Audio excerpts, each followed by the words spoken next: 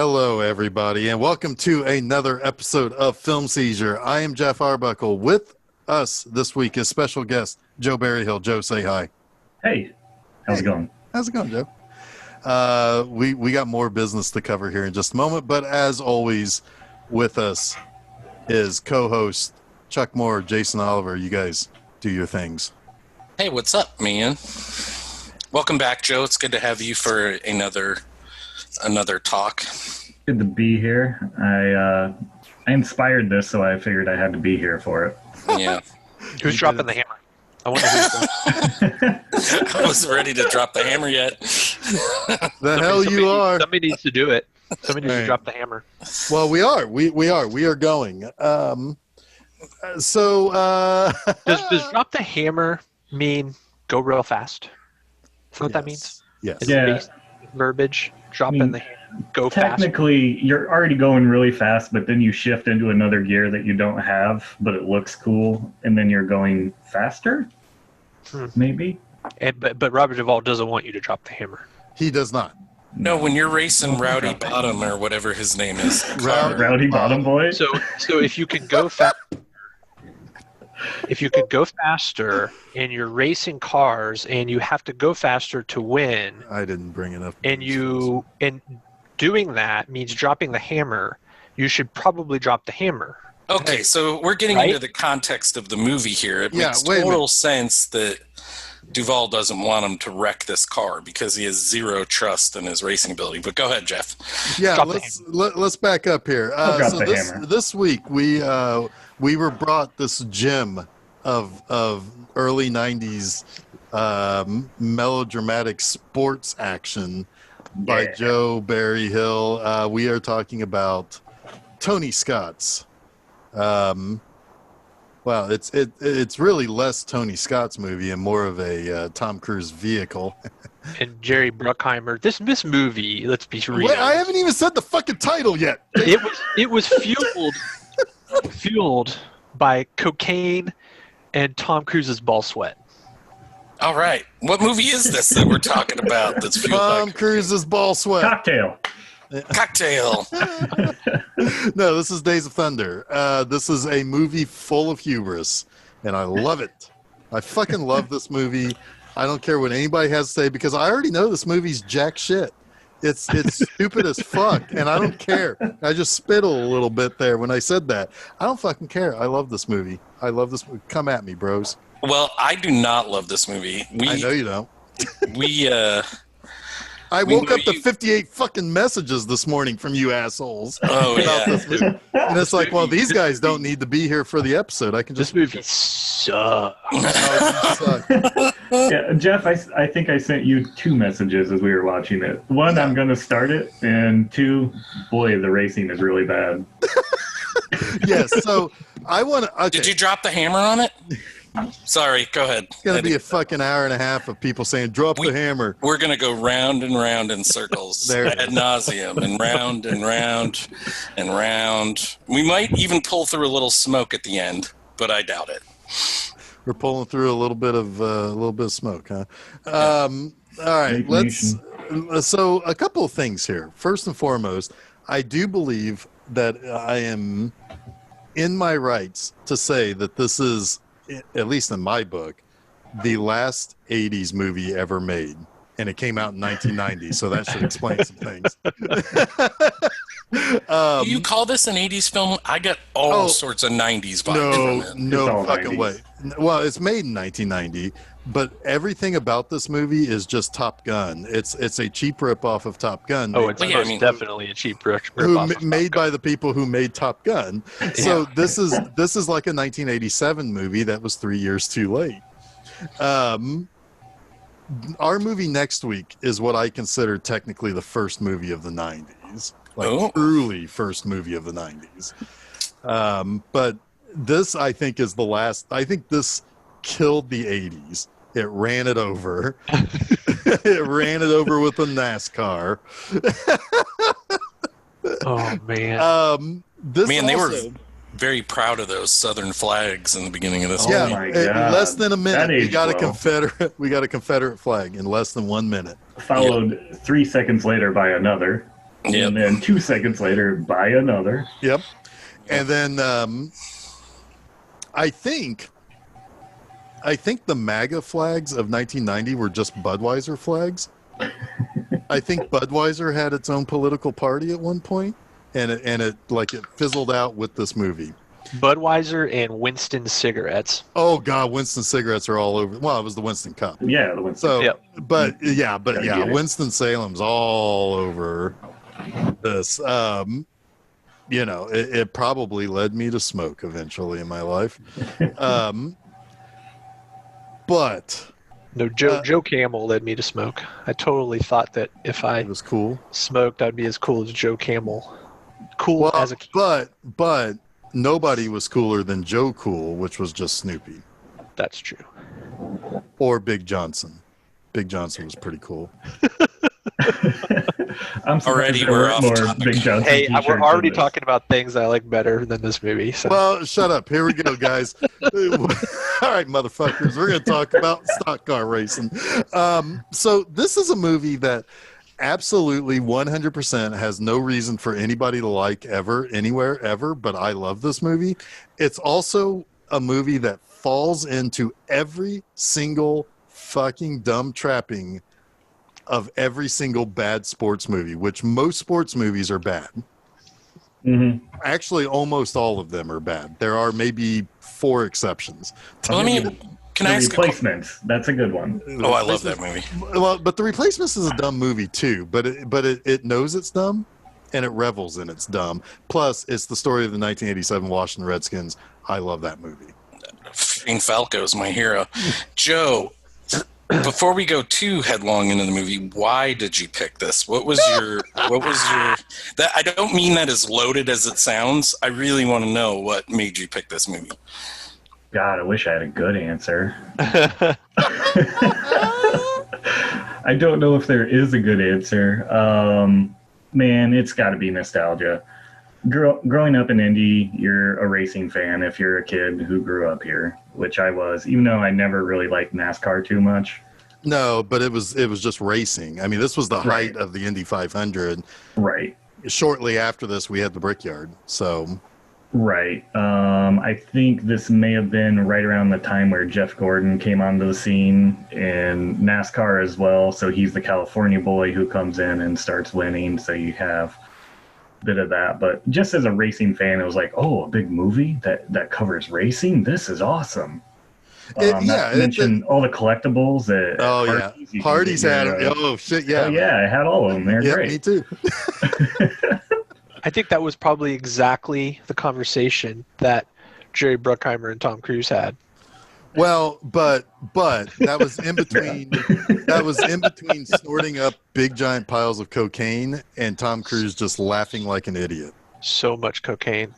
I forgot that Bruckheimer was involved. Yeah, it's a Don Simpson, Jerry Bruckheimer. Bruckheimer. And you know Don Simpson supplied that big mound of cocaine. Oh yeah. They were both. They were probably trucking it in U-Hauls. But when I saw that logo pop up on the screen, I kind of said, "Oh no, it all makes sense." Like it was that realization. Like everything falls in. Then I see Tom Cruise is credited with a story, and I'm like, "Yep, there's that. He wants to do this movie." And he didn't want to do this movie. He had a hard-on for this movie. Mm-hmm. Oh, yeah. Yeah. That tells me everything I need to know about Tom Cruise, by the way. Yeah. That he had a hard-on to make a racing movie. Like, he could have done anything. Literally anything at that moment in time. And he chose a fucking racing movie. He wanted to drive race cars. That's what he wanted to do. And right now, he wants to get to the International Space Station. So, goddamn it, he's gonna. He's gonna make a movie to do it. Yep. Top Shuttle. Days of Shuttle. Days of Space.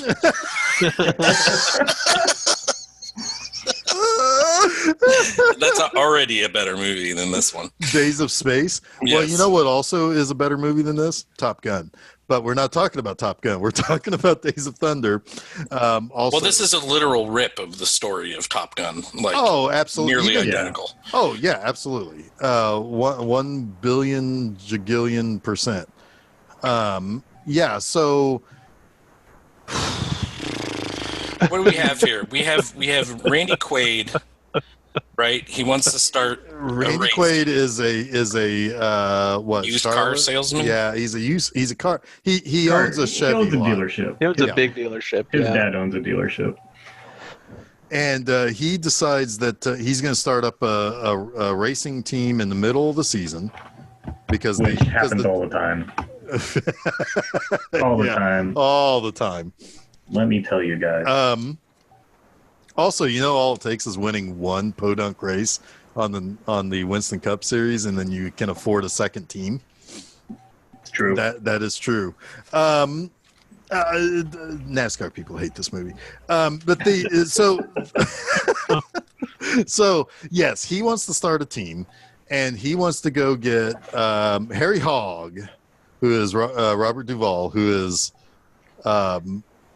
absolutely wonderful in this movie. The character names in this movie are hilarious. Oh, they are Cole Trickle, Harry Hogg, Rowdy Burns, Russ Wheeler, Buddy Repperton or Bretherton or whatever. Buck Bretherton. Yes. Buck and Buddy Brotherton. Harlem Hoogerhide. Yep. and then you've got Claire. Just Claire. Wicki. Claire Lewicki. Dr. Lewicki. Which I'm guessing is the first thing they came up with that said, that sounds Australian. Yeah. It sounds ridiculous, so it must be Australian. So sorry, Australia. Our numbers just hit 0. And sorry, Lewickies. We had a following in Australia. Yeah, now we don't. I'm here to ruin it. So they're gonna. So he goes and gets Harry out of retirement, and they are able to somehow convince the top guy in all of the NASCAR to loan his car to him for testing at a track, and in rides motherfucking Tom Cruise. His name is Cole Trickle, but it is Tom Cruise. Like, he is just playing himself, as he often does. What did you say about his contracts, Jason, for movies? Oh my God! It's got to be in his contract at a certain period of time in his career to make his appearance in the film on a motorcycle. Yep. Right, But it happens. Either that expired by, or that shit didn't fly with Magnolia. Dude, he even appears in the period piece Far and Away on a motorcycle. Yes, he does. He comes in riding in like this. Fisticuffs. with the gentleman boxer. Yeah. He drives off the boat from Ireland on a motorcycle.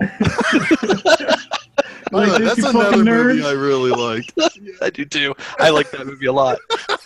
Do you wish we were watching that movie? I sure did. I said that several times last night. Well, and I can't imagine what you felt about would rather watch the Eyes Wide Shut, but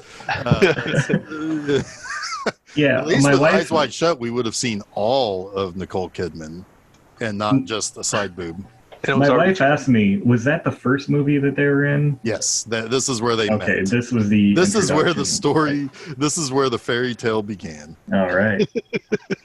It's Far and Away the first movie they were in together. Ah, God damn it. Hardy Heart, sorry. Yeah.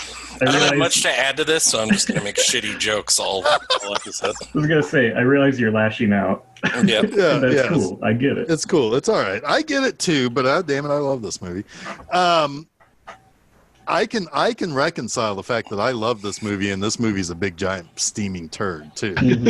It's partially why I love it is because it's a big giant steaming turd. I actually like the first act of this movie. I really do. It's the same first act of every sports movie with the underdog and, teaming up with people who are experts and coming together as a team and you start winning games, right? I mean, I like it. It's formulaic, but it's fun. It's not overly stupid yet.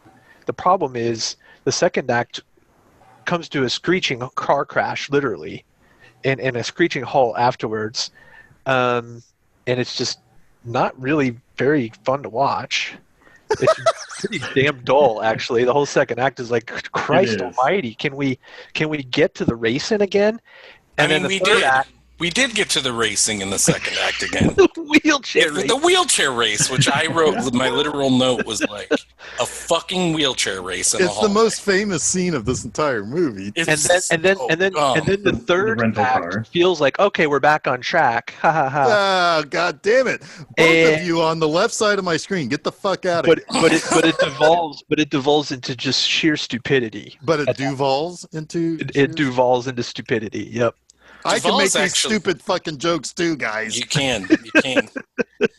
But Duvall's pretty good in this movie. Oh, Duvall's fantastic in this movie. He's Robert Duvall. He's great. Yeah. He gets all the best lines. Yeah. He does this movie because they couldn't come to terms to bring him back for Godfather 3. So right. That is kind of hilarious. That is hilarious. In its own. Godfather 3, that's debatable which movie's worse, actually. Well, yes. So, all right. Well, the cast as a whole, like, that's star-studded cast. Is incredible. You got Michael Rooker being the Michael Rookerest that he's ever been. You've got Robert Duvall being the most Robert Duvallist he's ever been. You got Tom Cruise just mugging at the camera every time he's in that fucking car. You've got Cousin Eddie, shitter Fulham. Yeah. Shitter's full, Clark. Right. You got Randy Quaid pre-crazy. You've got John C. Reilly at the very beginning of his career. Nicole Kidman at the very beginning of her career. Yep. The hooker cop when they get pulled over and she feels them up. That lady is Roxy, the girl that Sharon Stone dances with in Basic Instinct. So it's like these are all recognizable people. We got a fucking U.S. senator in this movie. Oh God, Fred Thompson. There's John C. Reilly. I've already said that. Did you say John C. Reilly? Yes. I thought you meant he was the senator. That'd be cool. Oh God, Senator Reilly. John C. Reilly. That would be awesome. Yeah, I'd vote for him today. Oh God, Steve Brule as senator. It's me, Senator John C. Reilly. With the fucking hair everywhere. This is funny because Steph walked into the movie like I was watching it on my own. She walked into the room and she's like, Senator Fred. And I'm like, what? She's like, that's Senator Fred. I'm like, who the fuck is that? I have no idea. It's zero idea. Thompson. Yeah, he was a character actor for a long, long time, then became a character actor for the Republican Party. Yeah, I'm not sure. Did he run for president? No, I don't think so. No? If he did, he maybe had an exploratory thing, but I don't think he ever did. Yeah. That scene, and I don't know if we're there yet, but I gotta say, when they were racing the rental cars and it kept cutting back to him, oh my God, I wanted to punch my television. I'm like, why are they cutting from this? Even if it's a terrible little race scene, why do they keep cutting back? Like it was so off-putting. He ran for president in 2008. Did what he a really? douche. Sounds about right. Sounds about what? He has Fred Thompson looks like everything I always picture what a Southern senator would look like, regardless of party. He is exactly what I think they look like. He's dead now too, right? Yes, he is dead. Yeah. All right. So Tom Cruise gets to drive Michael Rooker's car, and he is faster than Michael Rooker. Although they make mention that he is fast enough to take the pole at the last time that they race in Daytona, which is going to be in the summertime. And by the way, science says that would not be correct. Joe knows what I'm talking about. It's not going to run the exact same fucking way. Yeah. Different time of year. Yeah, it's going to be slipperier in the summer. God damn it. You don't get as much grip. Exactly. It's why everybody waits until the end of the day to fucking go out for the Indy pole, because you get that sweet shadow over the front straightaway. Anyway. But we digress. I digress. So it's like, hey, this kid's got something. And but there's contention, right? Because he's from California and he's a Yankee, but he's also nothing at all. No, I like that line. He's not a Yankee, and he's not a Southerner. He's from California, which makes him pretty much nothing. Yeah. And Duvall's retort to that is great. He says, "You said it." Yep. And then laughs. Yeah. Does that little under his breath chuckle that he does throughout this whole movie. So he's this is kind of one of those situations where it's like you also have the money / white collar, in Quaid. You've got the grease monkey / blue collars in the Duvall crew, and then you've got the California hotshot driver, right? So you got that that trichotomy, I guess, going on between the characters. I'm surprised no one called anyone a college boy, is what I'm getting at.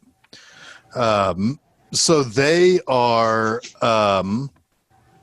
so they decide, okay, well, all right, we can build a car for Cole, which Joe, did you have any qualms with him building a car to the specifications that he said he was going to build the car to? It's all illegal. That was one note I made. Yeah, I don't think Harry would be allowed to build his own car for Cole with the specifications like height, extra fuels, etc. That is mega illegal, is what I wrote. Yeah. We're gonna make it way lighter. I'm gonna give it 5 gallons extra gas. I'm like, it's gonna be lower to the ground. No regulations. Isn't the point of stock car racing that they're all stock cars? Yes, they're all the same. He is supposed to be driving a Chevy Lumina. If that's what he's driving, it's a souped up Chevy Lumina, the same as every other souped up Chevy Lumina. But I think this is pre-restrictor plates and all that stuff. It didn't matter. It was stock cars are stock cars. No, I know, but some cars, some makers were faster, etc. Well, sure. I mean, obviously, there's going to be years in which all the Chevys are going to be faster than all the Buicks or all the Oldsmobiles or whatever. But or the Fords. But the thing is you can't give a car extra place for gasoline. I get that part. I'm just saying at this point in time, there were no restrictor plates. Oh, no. Yeah, I mean, and certainly regulations that are 20 years before you could. It's just like it was the Wild West before they said, "Hey, I'm going to play the part cars of Tom Cruise here." You guys are saying words that are not in my vocabulary. What is a restrictor plate? It's a thing that flaps up on the top of the car. It's meant to keep it from barrel rolling and going like. I thought a restrictor plate. Go ahead, Joe, because restrictor plate has something to do with how the car runs. Yeah, it goes in the engine. It limits the how I want to say how much fuel can get in. Basically, it says you're only allowed to go this fast. Okay, so what are the flaps? Restrictor plate, here I have it. Restrictor plate, like roof flaps. Okay. A restrictor plate or air restrictor is a device installed at the intake of an engine to limit its power. Yeah. So that's what they... So when he's talking about the fact that he's going to give the car more horsepower, he couldn't have done that anyway, even before the restrictor plates. I mean, because the engine he's going to get is going to be NASCAR approved, and there's going to be inspections before and after. But people were doing it. That was why they had the advent of the restrictor plate that had to be in there, because people were doing this shit. We're spinning it in order. We're going around and round and round. Hey, again. Better conversation than the movie. But the point I'm learning something. I feel like I'm a better driver now because I'm learning the lingo. Now, there are things that Harry talks about that is accurate. But if you are a race car driver and you do not know what drafting is, you are not going to be a race car driver. Ever. Like, the fucking Fast and Furious guys know what drafting is. But he understood what drafting was based on, his sugar packet. Well, I'm a hyper miler, so I know what drafting is. God, how dumb was that? We're not even there yet. Sorry. So so they get a car together. It's a Day-Glo green and yellow car, which I fucking love that car too, because it's like that is about as 90s as this movie gets. Can we just say that Harry wanted to fuck that car? Oh, he did. When he's talking about everything he's going to do to it. Well, rubbing is racing. I'm going to rub it. Yeah. I'm going to stick my dick in that tailpipe. Well, you sticking a banana in the tailpipe?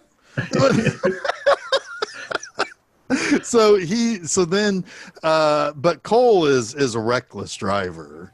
He's all over the place. He's wrecking the car. He's getting pushed into the wall. His car is getting very, very dirty. Very dirty. Every car looked like they just pulled it out of like World War One like World War II after the bombings and all the buildings collapsed on them. That's what every car looked like. Yes. When Duvall tells him to hit the pace car, that cracked me up. Okay, well we're getting we're there, aren't we? Yeah. No, well, you're jumping the gun on the punchline here. So he's knocking into everything, and so he comes in to get service in the pits. And yes, Duvall says, now when we go back out there, I want you to hit the pace car. And why is that, Jason? You stole my thunder. My days of thunder. Well, reclaim your days of thunder. Yeah, finish the fucking line. Get your thunder back. He tells him he wants him to hit the pace car because he's hit everything else. And above everything, he wants him to be perfect. Exactly. Yep. And so, which is my favorite line in the movie, I think. I also like when they're eating ice cream and they're not going to let them come into the pits. Need the pit. Yeah, it's like stay out there. Yeah, Go. Yeah, it's like, well, no, not right now. And apparently, both of those things happened to various drivers in NASCAR, and were stories that were told to Tom Cruise when he came up with the idea for the film. Yeah, I want to say it was something from like the mid '80s or something, where like the characters that they were really kind of following. Or like they were kind of basing things on. Yeah. Well, the character, Robert Duvall's character was based on a couple different I don't know their names, but pretty. Well, Harry Hyde was one of them. Yeah. And they talked to those people. I talked to a lot of those people, and they got all those stories, and that's Robert Towne kind of punched up the script with all of those stories. He got kind of his boots on the ground, and he talked to real drivers, real car builders, and tried to I guess make it as sound authentic as possible. Well, the problem is, yeah. And so let's talk about that here, because that is something that. So after many races of Cole Trickle running into everything, and getting run into by everything, and probably should be suspended for like ever, he sits down with Harry and he's like, hey man, I don't know anything about anything. And Harry's like, all right, I'll teach you how to drive a car. Basically, it's like how to preserve your tires and how to how to communicate what doesn't feel right in the car, these are all things that drivers go through, but usually not after they've run in a race. And like a half a dozen races at that. Well, I think he would be dead. He understood it. He didn't know how to describe it. There's a difference between knowing what the car being loose feels like and being able to tell someone the car is loose because you don't have the vernacular. That was the whole point. Right. Well, fair enough. But the thing is he was burning up tires the whole time too. So he was loose and he was running all over the place because he didn't understand how to drive on tires for an extended period. Because he was coming from tires that were twice this. I mean, that's all explained by Duvall anyway. Right. But yeah. But normally, whether all that makes sense or not, I don't know. No, it doesn't, because if you race, like those terms are intrinsic. You can't know them if you drive a race car. Right. You've got to know. You've got to understand that yes, tires are extremely important, because if you're constantly blistering out your tires, you're going to be pitting more than anybody else, which means you're going to be several laps behind at the end of the race, or you're going to be in the wall. You guys are right, but there are also various things in life that I know how to do that I could not describe to someone if you asked me to. No, that's fair enough. I mean, but I think that these are the problem is that the conversations for this should have been happening before his first race, not six races in. Certainly. Right. It's not after he's already wrecked and almost died. And oh yeah, because if this was stuff that he really truly didn't know, he'd be dead. Probably. He almost was. I mean, he went fucking blind, man. Yeah, but that was after he did learn how these these things. Oh, I thought it was before. I thought this conversation happened after. No, this was we're a real bad team. Look at us do bad. Now we're coming together as a team. I'm actually listening to Harry, and now we're going to start. Yeah, this was after Randy Quaid said that they ended up looking like the monkey fucking a football out there. Look, guys, I already checkered out of this film by this point. Oh, Jesus Christ. Then cross that one off the list. Yeah. I told you, bad jokes after bad. Yes, I'm taking a pit stop. So now they figured out and at this point, this is kind of part of the problem of this movie. Well, there are a lot of problems with this movie. So this is a movie that is.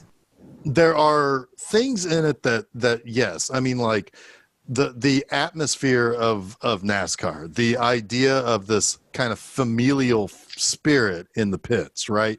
All of these things that I think Robert Towne did take really good notes on as he was following the Hendrick Motor Group around, and he was getting all of these really interesting stories and these interesting backgrounds and how these people interacted with one another and how they deal with, prima donnas and stuff. Like all of that stuff seems mostly realistic, but at the same time, Robert Towne is also having things explained to the audience that he was being explained to, and where he was putting this into the movie didn't work. It ends up saying, it's like, what do you mean you're working on this drafting thing? You're a fucking veteran at this point. You need to know how to fucking draft right now. That's just bad writing. I mean, if he had been explaining it to Nicole Kidman with a complete understanding of what it was, then it would have been fine. Right. To tell us that way. Yes. But the fact that he was admitting that, well, Harry has to work with me on this all the time is the problem. Right. And I would love for somebody to deep fake Robert Duvall's face onto Nicole Kidman in that scene and then have them work on that together the same way that he's working on it with her. Yeah, that scene sucks so bad, but I did find it funny, slightly saved when she said, oh, you and Harry work on this all the time. Right. Insinuating they were, that's why NASCAR fans hate this movie because, there's a homoerotic line in it. Hey, man, NASCAR's no homo. Sorry, NASCAR fans who listen to this show. I don't have anything against you, I promise. You sure? And you've been listening to Films. Okay, everybody, let's use it. We got to get out of here. Bail. So Cole finally starts listening to Harry, and they win a race by Cole being tricked that there are special tires. Now, I don't want to say that this isn't something you could tell somebody, but I think even for an idiot like Cole, and I don't mean that negatively, he admitted he was an idiot about these things. I still think that you don't tell him something like this. But that's just me. And also when you say that on ESPN to Dr. Jerry Punch, you think NASCAR is not like, what kind of special tires? Yeah, they painted the relationship as more of like a grandpa and his grandson instead of an adult and an older crew chief. Like the way he said, oh, with these special tires are gonna, that's something you tell a 7-year-old. Right. You know what I mean? Like you build like Tom some Cruise kind of magic into it. Tom Cruise is about as tall as a 7. I know, but the way that plays off, it's like, yeah, if this was a kid racer who wasn't in danger, this would make a whole lot more sense. Yeah, a kid racing a go-kart. Yeah. Like, that's cool. Right. Yeah, you've got special tires on here, but instead Harry's like, well, this might kill you, but I have to lie to you so you can do it. It sheds light as to exactly whether or not Harry got the other guy killed and the reason why he retired. Right. He did retire to avoid an investigation, which does not sound innocent. Not exactly on the up and up there. Yeah, nope. Exactly. So, okay. So if we were to believe that John C. Reilly's dad, it was his dad, right? Yes, it was Buddy Brotherton. So if he did die because Harry messed with the car, and then he's going right back, and when he's building the new car, like, I'm going to do all this shit I shouldn't do. Like, he learned nothing. No, he did. He is basically the villain of this movie. He's like, well, I get to kill again. I'm going to kill as many drivers as I can. So then... Jason's out. Yeah, he's gone. He's not having any part of this. So then he wins a race on the bullshit fake magic tires. Huzzah! Let's go on the road and drink a shit ton of moonshine, and we're gonna buy him a hooker. By the way, when I win my first NASCAR race, I want all of you to buy me a hooker. Just the thing. Only if you give me some money from the race you won. Well, can I be your crew chief? I could tell you some really wonderful lies, Jeff. Please. Yeah. Please be no, shave your ball sack. You'll go much faster. All right. Oh, no, I'm bleeding. Yeah. Now you got a dick trickle. That's a real person. I didn't set that one up either. That was right off the top of my old noggin right there. Yeah, oh, your old noggin. My old noggin. Yep. So they get pulled over by these fake cops, and one of these fake cops is a big titty hooker, and he's like, she's like, oh look, I found a weapon, and she's like really like digging into Tom Cruise's fucking button fly jeans. She's dropping his hammer. So I guess he fucks that girl, and then they're back to racing. Yeah. Okay. Yeah. I mean, that girl's like, hey, I'm a hooker, and Harry and the boys thought you might like me. Don't be I would mad. think like some sexy time like that would be under caution, but it wasn't. No, he's no. Should I leave now? Should I leave? No. Let's both leave, Chuck. Let's let Jeff. You guys just disappear. Honestly, so Jason said up until this point, I was okay with this movie. I was invested. This scene was a little weird though. It is weird. And Tom Cruise's reaction with his weirdo like punch against the trailer was You got me. Too. You got me. You played a hooker prank on me. I'm so gullible. And then Harry had to explain to him how to have sex. Yeah.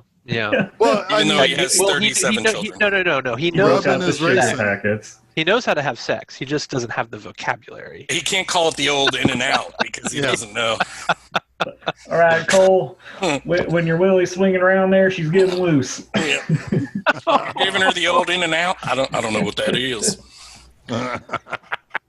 Pass her on the outside. Oh, God. Ooh, hey. You got a draft. Make her spend all of her energy. What if rubbing, son? It's sexing. I feel like he should have just used all the verbiage and vocabulary from Flying Jets and be totally wrong, and then they'd have to correct him with racing lingo. Oh, like if he really was Maverick? Yeah. Because he's basically Maverick who decided to stop flying jets and start driving cars. Oh, and Rowdy Burns is 1,000,000% Iceman. Oh, yeah. Absolutely. And Russ Wheeler is just the Russian. Yeah. Who's Goose? So Russ, R-U-S. Oh my God. Yes, he is a Russian. He's a Russian MiG in person form. Who's Goose? Is Goose John C. Reilly? Sure.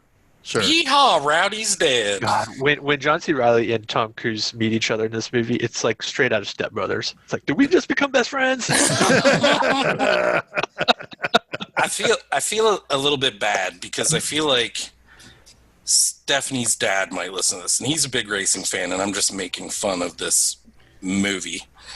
I have to put a disclaimer in here because I've been watching. Well, no, I have to put a disclaimer in here because I don't have a lack of respect for what race car drivers do at all. No. Well, no, absolutely. And I actually have watched a lot of races this year. Don't quote me on that. especially during. But just nobody else is allowed to quote me on it. Yourself. But it's actually like, if I didn't know what I'm trying to say is, if I didn't know what I know now about racing, having watched it over half the year while there was nothing else to watch, I might have gained a lot more from this film than I did. And that's maybe why the NASCAR community doesn't like it as much as it does some stuff that the NASCAR people are like, no, we have state-of-the-art facilities. We don't build cars in fucking barns. Right. Right. Well, I mean, in the 60s they did, but not in 1980. This movie brought a lot of new attention in NASCAR. But it doesn't do the justice to any of the drivers. But it didn't do racing any justice at all. Yeah, that's what I was trying to say.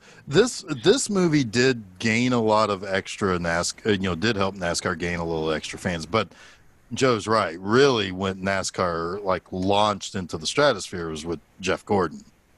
Yeah. Because it was a young, kind of good-looking, non-Southern boy, even though he kind of talked a little Southern. He was from Indiana, but he was more from California. But this movie didn't hurt NASCAR, but it didn't help it.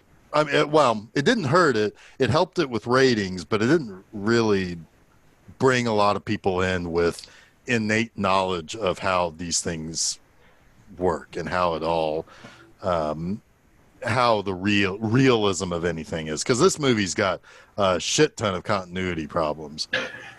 But partially that's because of the innovation of something that they did with this movie, which was they actually had camera cars racing. Yeah, which is pretty crazy. It's crazy that NASCAR. It's wild that NASCAR went for that. It's just absolutely insane. Yeah, because they had to qualify a car. Yeah, I mean, that's wild. Yeah, because IndyCar ain't going to do that shit for an Indy 500 movie. Mm-hmm. Hell They're no. be like, we'll let you use the track, but you're bringing your own fucking cars. Get out of here. Yeah.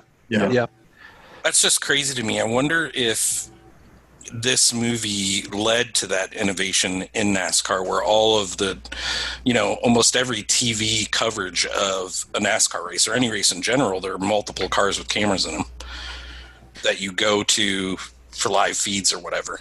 But apparently that wasn't done in the 90s at all. Early 90s. IndyCar had it as early as 84 or 5. Okay. It was usually just one car per race. Yeah, it was that car really goes out. expensive. Yeah. But they had a lot of bumper cams. I mean, you had really interesting angles in this movie of the racing, and that's that's the coolest part of this movie is the camera work during the races. Yeah, you feel like you're in there. Yeah, I think I actually even saw this in the theater, and it was I did the fucking Days of spectacular in the theater. Right. This would have been a cool IMAX experience. Well, fuck all that shit, because Kings Island had a ride. Yeah. With the movable. That's what I'm thinking of. It was the ride. Yes, that was a great ride. With the shake seats. Yep. And that's exactly what I'm thinking of. They ended up tearing that out and putting in the Outer Limits indoor roller coaster, which was that was a good ride too. Yeah. But anyway, so here's the thing about this movie. It actually looks neat. I mean, the movie looks cool. I'll co-sign on that. Yeah, I mean, there is a slickness to the movie. It's just that it's, because honestly, it's like we could sit here and say a lot of the same stuff about Top Gun. Because Top Gun it's there for the popcorn element. It's there to be a cool little action movie. I agree with that, but there were built-in, and there are built-in stakes for Top Gun that give it weight right from the start. Well, and again, they had to build that here, right? And again, this is a sports movie, so it falls into a lot of the trappings that sports drama is not something you can easily write and portray properly. Right, because you have to build a villain somehow. Yeah, and your main character has to have a little bit of meat to him as well, and I felt like Maverick had that. Cole Trickle is just Cole Trickle, for lack of a better word, and forgive the pun, he's just a vehicle to drive this vehicle. Not forgive that pun. I cannot in good conscience forgive that pun. Well, here's the thing. Maverick, on the other hand, Maverick has an arc. He goes from being a hot shot to truly being the Top Gun, right? I mean, like, he's got to understand the teamwork element, and that Iceman is not his rival or enemy. They are part of the same squadron, right? So there is an element of an arc there. Tom Cruise, Maverick is broken down as a character in a way more organic way. Yeah. In Top Gun, to where it's completely believable.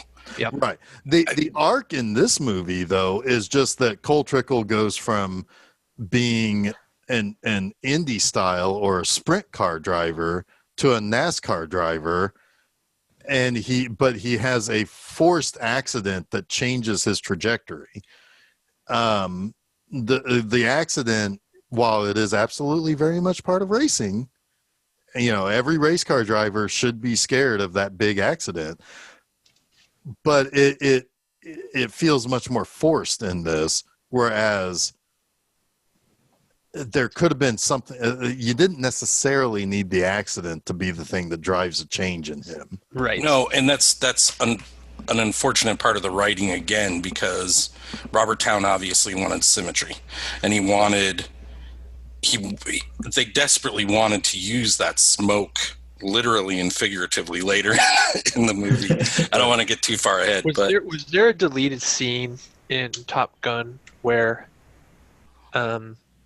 Maverick was just so pissed off at Iceman that he flew his jet into him? Was that? Yes. That was just Tom Cruise hand delivering his review of Princess Bride directly to Cary Elwes. I mean, come on, man. Like, Cary Elwes, however you want to pronounce his name at the time, is like a poor man's Val Kilmer in a lot of ways too. Yeah. It's almost like a direct recasting when they would have gotten Val Kilmer. He's chewing they could, gum. Yeah. They probably couldn't afford Val Kilmer in 1990. You're probably right. So it's So yes, this is simply a rewrite of, or at least it's an accidental rewrite of Top Gun. However, I do think Robert Towne did do his homework, and I think he did a lot of things. Like I said, the relationships he builds between the characters, and then you have like the budding relationship between Cole and Rowdy that is maybe not part of Jason's favorite part of this movie, but it is something that, again, it does mirror that idea that you can't be that dead set on destroying the other person in the other car in a race car. You can't do that. You'll kill somebody doing that. Yeah, I mean, Cole is almost beyond redemption in this movie. Almost, yeah. Well, he should be banned for life. Yeah, they both should be. With just like he should be banned for life, and he should be charged with a crime, with attempted manslaughter or attempted murder. Excuse me. Well, that's one thing on rewatching it here this time. Like, Cole Trickle is not he's not a likable character. He's not even an anti-hero. He's beyond that. He's just like, okay, like you said, he's just like he's petulant. Car. Yeah, he's just a guy to drive the story. You almost oh God, not you too. Really, honestly, the guy that you're supposed to not like, who turns out to be the most realistic and maybe therefore the most likable person, is Michael Rooker. Agreed. Of the three drivers. Robert Duvall is above reproach, but yeah, Michael Rooker has the arc, like you were about to say, Chuck. Yeah. Yep. So why does he have that arc? They get in an accident, right? And this is the end of the first act. We are totally belaboring this movie, I think, but they end up in the hospital together, right? We're not past this. Yes. Are we past this No. point? Go ahead. We can go through this. Big wreck. Yeah, the big wreck. They both go to the hospital. Big wreck. Yeah. Yes. Every racing movie has the big wreck. Right. Yeah. And the whole point of this wreck is to drive the narrative that drivers feel invincible, right? Rooker, the next, 1/3 of the movie is in denial about his problems with the wreck and what the circumstances were. He'd rather die than go to the doctor. Right. And I think even Duvall says a line like, if you can get a driver to a funeral before their own, you're doing something, right? Yeah. I mean, that's... Yeah, they're already dead or something. Right. Well, and that's such a... That's a little bit of a hitting you over the head with, how much drivers are living on the edge. I don't know exactly how much that's true in every form of racing, but I do sort of believe it with NASCAR, because there is this sense of good old boy extra machismo. Exactly. That's the exact word. Yeah. Yeah. And I think this movie suffered, I'd brought earlier the idea that there was built-in tension and stuff in Top Gun, but people understand national war or whatever. They understand protecting the United States. NASCAR at the time was niche, right? I don't want to call it totally niche because it has a huge following. Well, but it was 75% of the country. Yeah, 75% of the country knows nothing about it. So I think Town felt like he had to drive home all these points that a normal person would just pick up from the narrative. Yeah. You know what I mean? Like, you don't have to explain this to me. I understand concepts. Even if I don't understand exactly what's happening in the car. Yeah, people can watch a movie about football and not have to be. They don't have to be taught the X's and O's. Right, exactly. Yeah. Yeah, it's one thing he was trying to. It's weird. Tried to show, hey, this is how dangerous this sport is, or racing is, but never really came out and showed it before then. Yeah. There was like a news thing when what's his name pulls up to Harry's garage at the very beginning that said something about the investigation into Buddy Etherington's death or whatever. Racing. You're just like, cool. And you don't really see any of that. They're driving around like idiots running into each other left and right from there on. It's like, is it really that dangerous? It's like bumper cars. Right, and they don't fucking care even when they get in a wreck. The next thing they want to do is race in goddamn wheelchairs. I'd like to get through this second act as fast as possible. But Jason, did you have anything to say about this second act since you loved it so much? It's one of the worst second acts I've ever seen in a movie. That is horseshit. that is not true. It's absolutely awful. That is not, but it is okay. I'll give you your opinion that it is bad, but I mean, okay. Hang on. No, Jeff. Let me qualify with it's one of the worst second acts in a movie of its budgetary stature. And the promise, at least for a big Hollywood movie, it is one of the worst second acts I've ever seen. And the first act laid foundation of what could have been a good second act. I'm sure there are plenty of movies that have terrible first acts that have worse second acts because of what the first act set up. But this one actually had a direction it could have gone. It was stupid, it was dumb, but I was enjoying the movie, and then it just for 30 minutes it was just like nothing is fucking happening. Utterly stupid shit. And a romance that felt very shoehorned in. Okay. What is Nicole Kidman doing in this? Lay it on us, Jeff. What is her purpose? Well, no, I mean, this is why I say this is what I consider the final film made, a final 80s film made, because this movie is a melodrama, and it's the 80s style of melodrama where it's it's over the top with this melodrama. And well, you dropping the hammer there?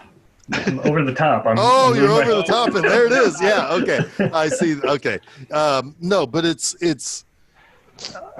is part of the formula that made the 80s good and bad.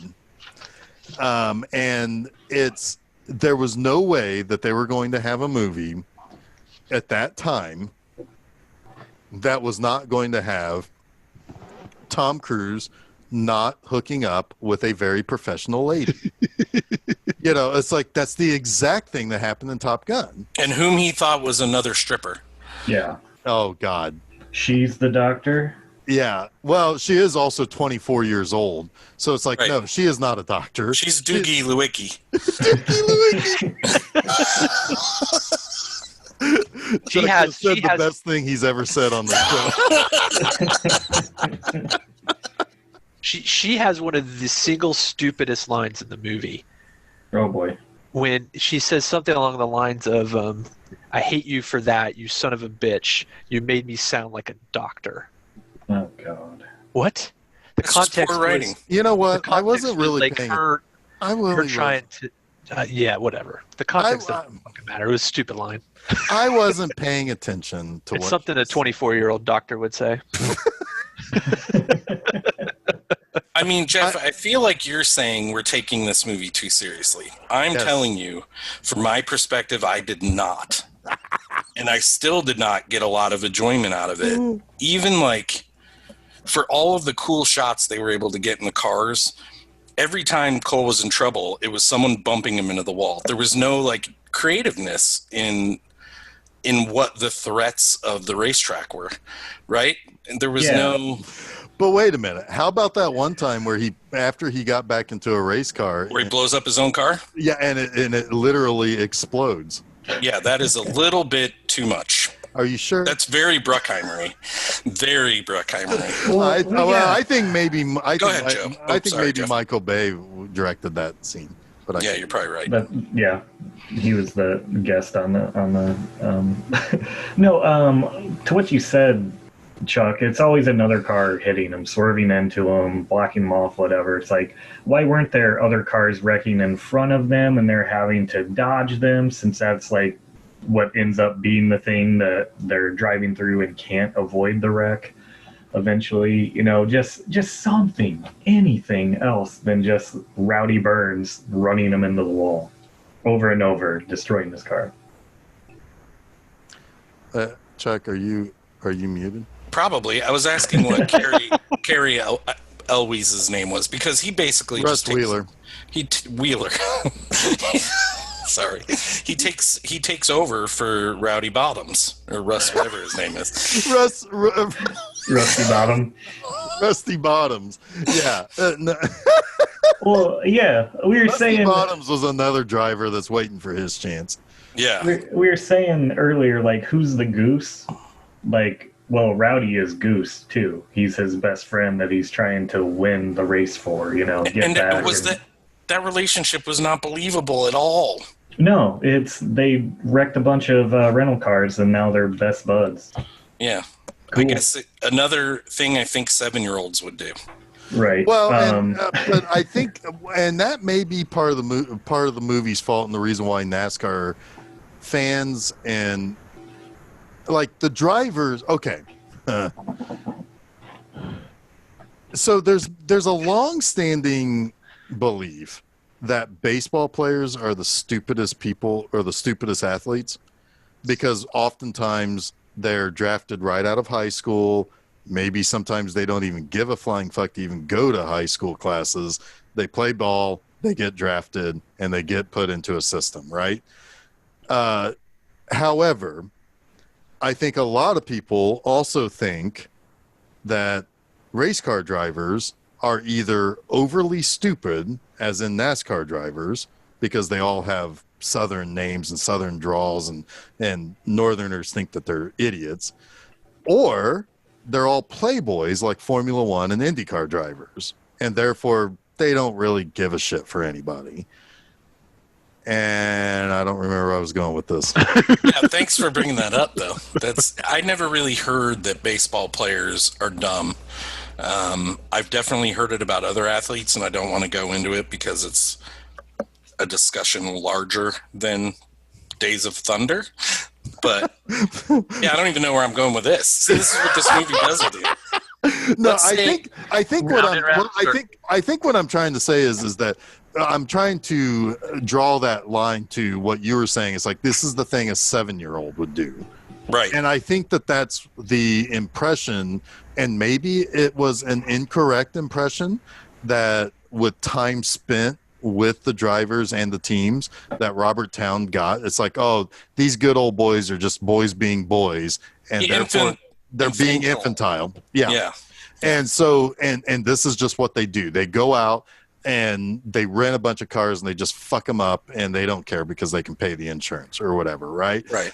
Well, and it could be that, and that could be part of the failing of this movie, that it doesn't treat the drivers as being intelligent.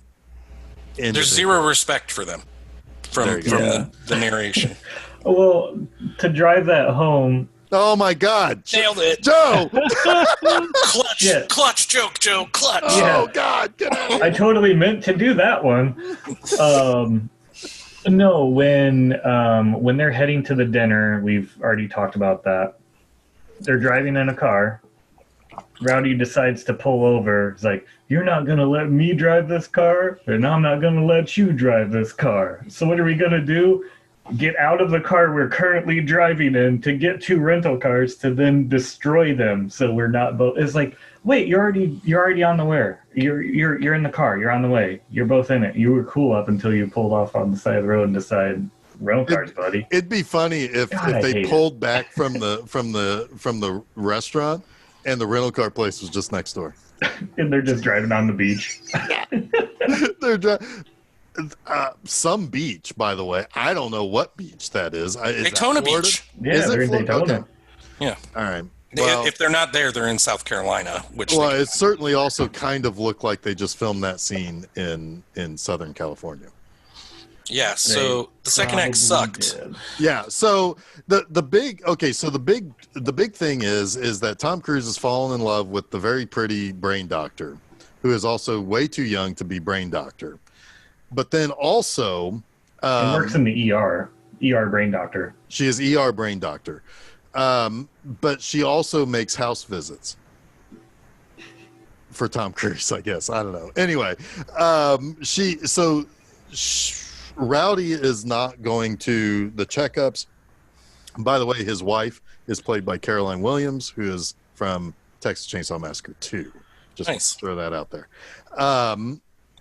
So he does not go to the things because he's scared, but he has bigger brain problems than Cole did. Cole gets checked out. He goes back to racing.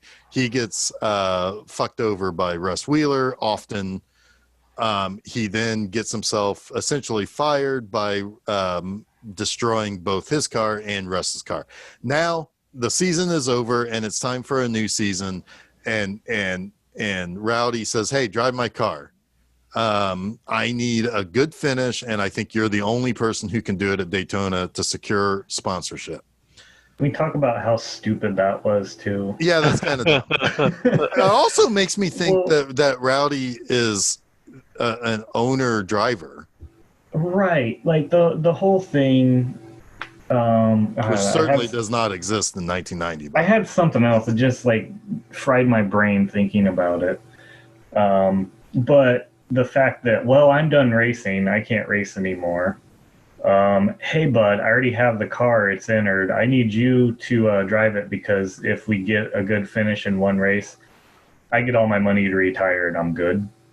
That was kind of like that was also part of the conversation too. Yeah, it was both that. So I can get my land. Yeah, and it was kind of that. It was like, well, you already just don't race. There's your money back.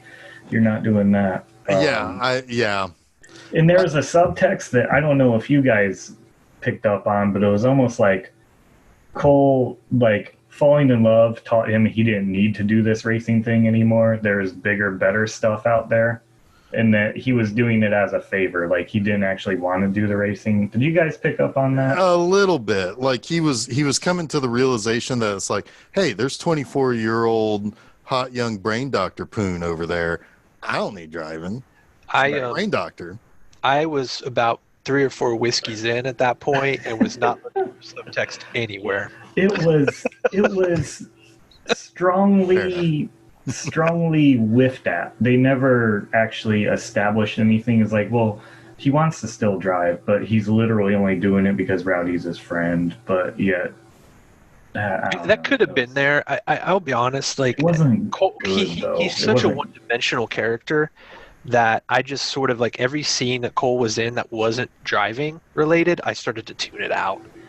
I really did. It was just like I don't even care about this character anymore. Yeah, and our audio was a bit weird from Amazon too. Anything that wasn't a racing scene was so freaking low. We were having to jack up the volume and subtitles, baby. Yeah, I had them on, and the subtitles differed greatly, and it was fantastic. I hate when that happens. Yeah. That's bad. Like, I didn't so Cole decides to ride for Rowdy Bottoms, but he has to talk Rowdy Butts. He has to talk Duvall into building the car again, right? Something like that, and then he has another sexy talk conversation with the Mellow Yellow car. Yeah, how weird were those little conversations he had with the car? Like, you can't let Cole know he's going to slip all over the track because he's not ready for that. He's scared. It's just, Robert Towne saying, well, we need to, if the people don't know that Cole is scared, we got to let him know again. Yeah. Like, and make it folksy. Right. It's a very folksy stuff. Yeah. But so he ends up driving, right? Yeah. He talks, what's his name, into building the car. He ends up driving. He's still fearful. And this, I swear to God, one of the dumbest sequences I've ever seen in a movie. When the exact same wreck I don't happened. believe that either, but okay, go ahead. It's so dumb, dude. It's so dumb. One of the worst? It's so dumb. It's Listen, dumb. hear me out. Hear me out. Okay, I'm pretty sure I know where you're going, and I will agree, but go ahead. So the same thing happens. You have the literal smoke there and the figurative fear of Cole Trickle. He passes through, he like kind of breaks a little to show his fear, and then he's like, okay, I got a gun for it, and he guns for it. And when he gets through the smoke, his face lights up like, I did it, I'm back. And he says, I'm through it, Harry.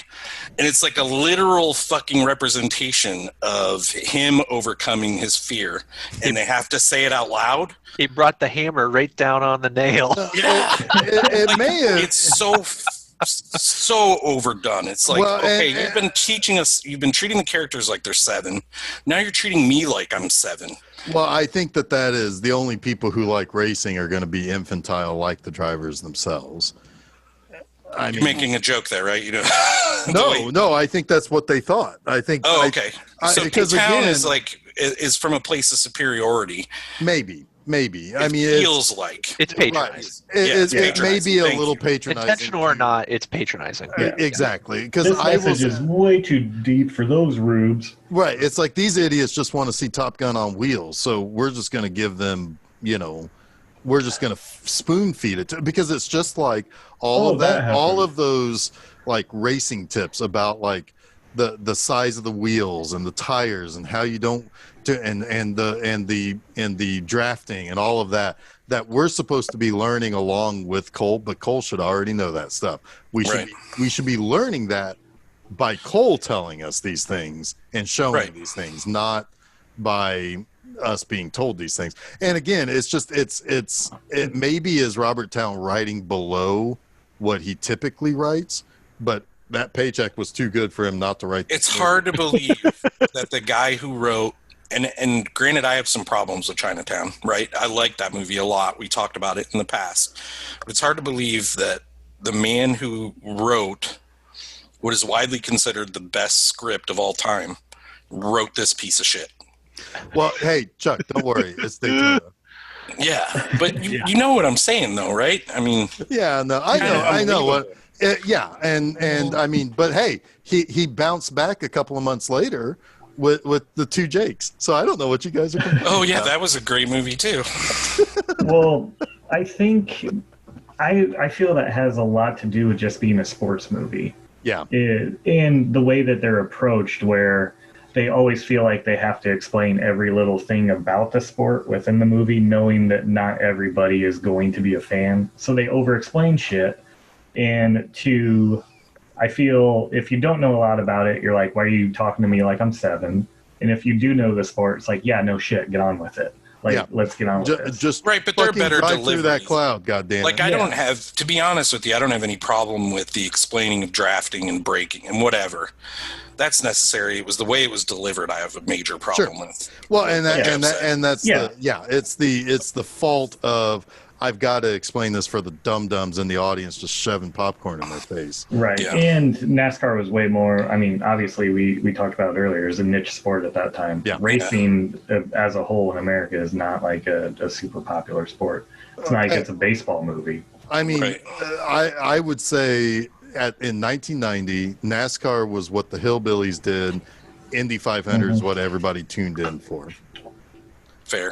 Everybody knew who Mario Andretti was. Nobody know who Nobody know who Harry Gant is.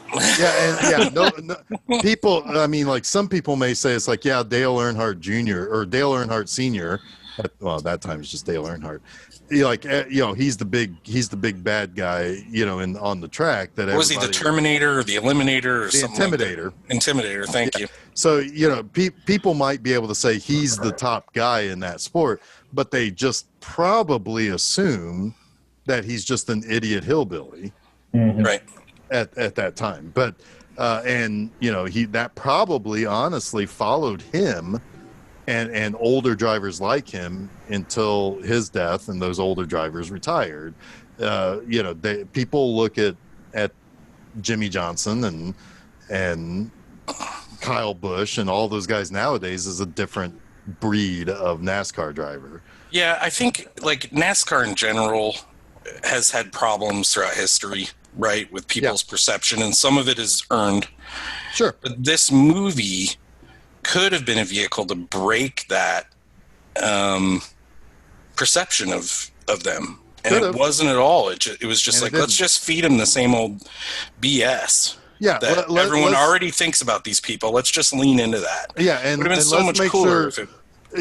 No, you're right. I mean, go ahead and finish your thought. I didn't have much more to say, but it would have been so much cooler if they broke that perception barrier. And I think that's why NASCAR was all in for it. It's like, well, hell yeah, we can get out there. Yep. They're below IndyCar at that point. It's like, let's get out there. We'll be in the movie theaters, all that. And then it's sort of, I don't know if it backfired because they did get big, like mid-90s. Right after that, they got NASCAR real big. Was huge. I think it helped that, but even what you were saying with like the old redneck guys, like there was a shift in that. So much money came into the sport that you couldn't be just the podunk guy who drove cars on Saturday night. You had to have money. You had to have a ton of money to get people were racing. training young and driving cars they were 14, coming up 15. Yep, they were coming up through the ranks too. And fucking Juan Montoya was a NASCAR driver for a handful of years. Yeah. I mean, F1 that is champion. he is not an insignificant driver, and he went to NASCAR. I mean, he's a 2-time Indy 500 winner. Yeah. That's where the money was at one point in time. Like if you wanted to make money racing, you went to NASCAR, which is absolutely insane. Right. And this movie probably had something to do with that. Yep. As much as we're dogging on it right now. Hey, I'm not dogging on shit. I fucking love this movie. Hey, I do too. I'm still dogging on it. Yeah. I can recognize it's a dumb fuck movie, but it's a dumb fuck movie I love. I spent that $5 on that Blu-ray over there, and I fucking will watch it again soon. I have nothing more to say about this dumb fuck movie. How did it end up? Well, Cole wins the Daytona 500. Yeah. And the girl.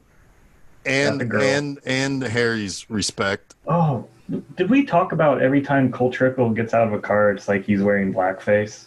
Yeah, well, that was back in the time that because face. up until the end of up until Earnhardt died, he was the last person to drive with an open face sandwich. Open face sandwich. That's partly the reason why he died. He was too busy eating the open face sandwich. Oh my god! And a tomato fell in between his legs, and he's like, "He's eating a hot Boston." Yeah, whatever they're called. I can't remember what that sandwich is called. A hot sloppy. What was this called? I don't know. Don't forget a big brown mess. Brown is like a hot brown. That's it. A big bad mess. I got gravy everywhere. But no, he was the last person to drive an open face helmet, and back then, a lot of stock car drivers drove. But again, that goes with the. I wrote the note that dirty car equals high drama, and the cars weren't that dirty back then. Like a white car would get dirty because it's driving right, like Rick Mears, when he won his fourth 500, he was driving a Marlboro car, and the front of his car was all fucked up dirty, right? The back part of the car was still white and red, but the front part was dirty. But like in this, like you can't even read Cole Trickle's fucking number on the side of the car. It's so dirty. Yeah. And yeah, it's like it's blown in there. And I would think he would die of lung cancer after 2 races. But anyway, yeah, so he wins Daytona 500. He's in blackface. It's all fine. Everything's good. Harry can still walk to Winner's Circle. Yep, and he smudges some of that on Nicole Kidman's face when they kiss at the end. Freeze by the way, Nicole SNL Kidman yeah, Nicole Kidman is freaking hot in this movie. I'm gonna say I like that. I like her curly hair. She had my favorite line. I can't believe I forgot to mention. Yeah, let me out of the car, Cole. Let me out of the car. Let me out of the car, Cole. You call Let me out of the car, Cole. Now this is a car. Fucking Australians. Now that we've lost them all, I'm gonna dog on Australians. Hey, Jason's still here. Hey, how's it going, Jason? Hi. I'm just ready to tell everybody where they can listen to Film Seizure. All right, let's. I guess we're gonna wrap things up here. I mean, here's the thing, guys.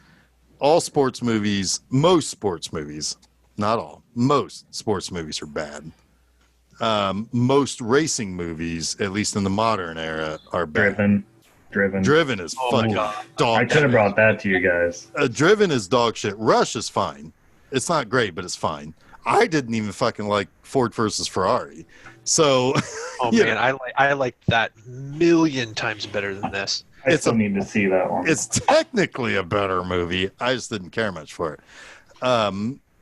The Rush I liked fine enough. I think that shows a difference in the playboy versus the real driver kind of dichotomy between. But again, it's Formula One. So is Rush the Niki Lauda? Yeah.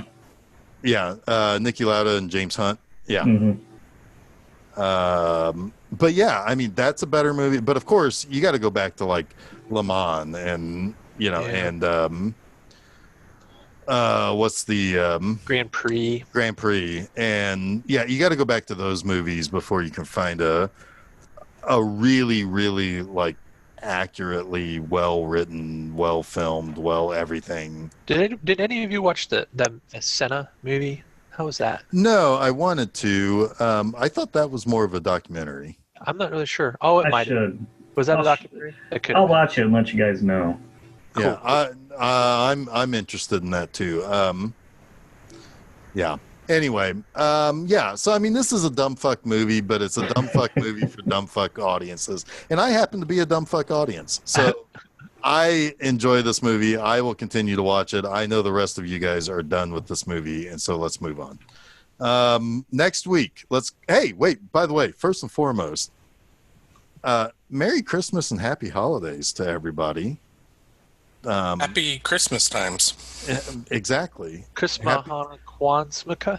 Exactly. There's a war on Christmas, so I don't know if I should say it, but Merry Christmas.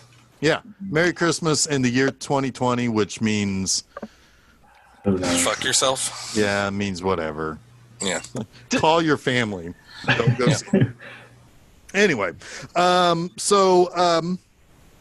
yeah. So Jason, come back to us here. What do we got and where?